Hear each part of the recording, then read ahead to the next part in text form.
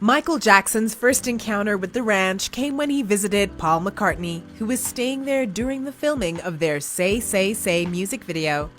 Jackson was enamored with the location, not only because it was breathtakingly beautiful, but also refreshingly remote.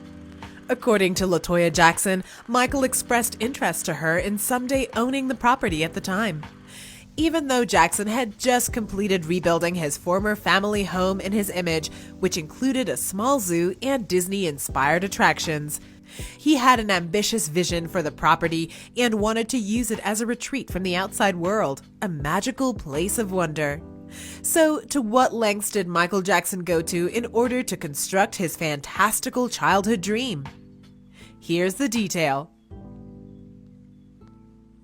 Originally known as the Zaca Ranch, the massive spread of land spanning across 2,700 acres in California's Santa Ynez Valley, the property was purchased by William Boone in 1977. A successful property developer, Boone was so enchanted with the property that he wanted to make it the perfect home for him and his family. He started by renaming the estate Sycamore Valley Ranch, a name the property has now reverted back to. Drawing on his years of experience building luxurious homes, Boone enlisted the help of architect Robert Altivers to design the main structures on the property, and the two of them spent more than 2 years coming up with the perfect plans and designs for the estate.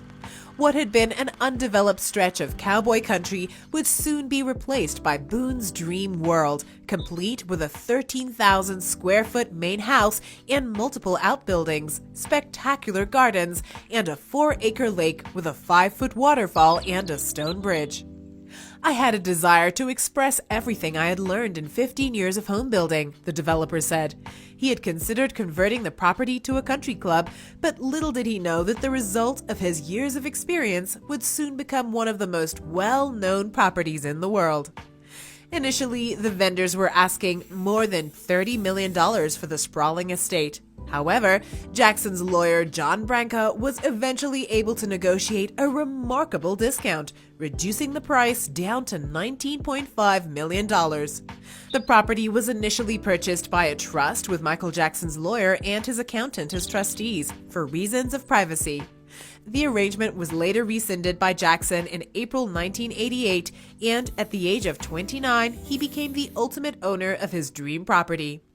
In Jackson family style, his parents were informed he was moving out the family home while watching Entertainment Tonight.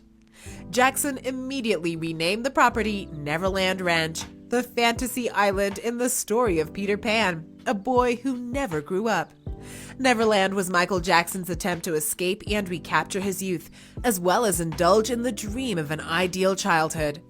Jackson then immediately went on a decade-long spree creating his vision, spending nearly double what he spent purchasing the property. He ordered the construction of an amusement park, purchasing 18 rides between 1990 and 1997, including a carousel, a sea dragon, a wipeout, 4 zippers, a turtle train, a lolly swing, a samba balloon, Dumbos, Dragos, a Ferris wheel, and a bumper car building with 20 bumper cars. Some of the rides featured a prominent label that proclaimed, "Designed especially for Michael Jackson." He also constructed a 50-seat movie theater with a snack bar serving popcorn, candy, and ice cream.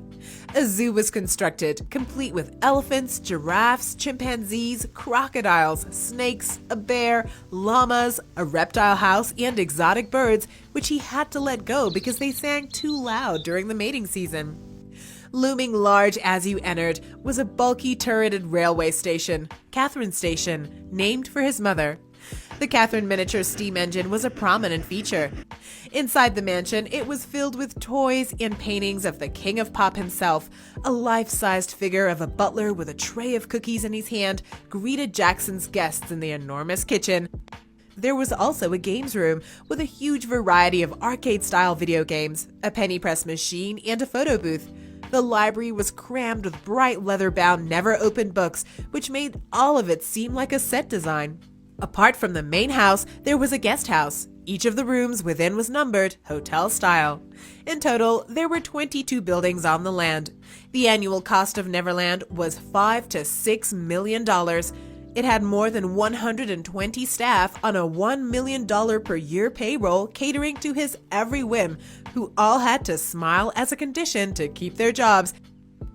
Micheal Jackson often opened up the amusement park to groups of disadvantaged children. Inside the walls of the movie theater, Jackson built rooms with hospital beds for terminally ill and bedridden kids he often invited to his ranch. Neverland was visited by thousands of fans when Jackson was alive, many of whom were allowed in the property, though it was never open to the public.